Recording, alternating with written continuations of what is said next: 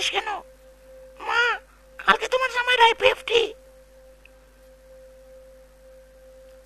এসে কি হয়েছে? এতে কি ফাঁস করে না? ওরে কইস ওই রূপের মধ্যে নোয়াখালী পজিশনে পা না উঠলে কুমিল্লা পজিশনে যেন পা তুলে। শুধু ওই রূপের সমস্যা তো না, এতে তো তোরেও ফাঁস করতে পারে না। শুন, আজকে রাত্রে ওই কিংস বেকারির থেকে 2 কেজি মিষ্টি এনে তোর জামাইরে খাওয়াইস, দেখিস ঠিকই ফাঁস করবে কালকে।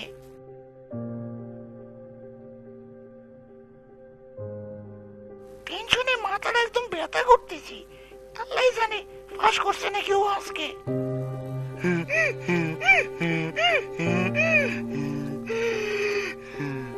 আইসি আজকে এরম করে হাঁপায় কেনা?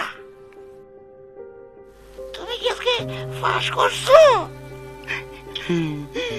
করছি, অনেক কষ্ট হয়েছে, কিন্তু ফাঁস করছি। বুকের মধ্যে ব্যথা করতেছিল, এইখানে এইখানে ব্যথা করতেছিল, কিন্তু আমি ফাঁস করছি। এই তোমার আগে কইছিলাম এসে মিষ্টি খাইতে, তুমি খাও নাই। আগে মিষ্টি খাইলে এত কষ্ট হইতো না তোমার, বুঝছো? তুমি আমারে কথা দাও, এরপর থেকে আই50টাকে মিষ্টি খাবার প্রতিদিন, নইলে টাইনে তোমার গেঞ্জিটা আমি ছিঁড়েই ফেলামু। ছিঁড়েই ফেলবো তোমার গেঞ্জি, কথা দাও, কথা দাও। আচ্ছা আচ্ছা, ঠিক আছে, এরপরের থেকে আমি মিষ্টি খেয়ে আই50 দিব, কথা দিলাম। তবে গেঞ্জিটা আমার ছিল না, আমার গেঞ্জিটা সকালে পড়ছি, আবার বিকালে পড়তে হবে। এখন থেকে প্রত্যেক আই50টাকে কিংস বেকারির মিষ্টি খাবো।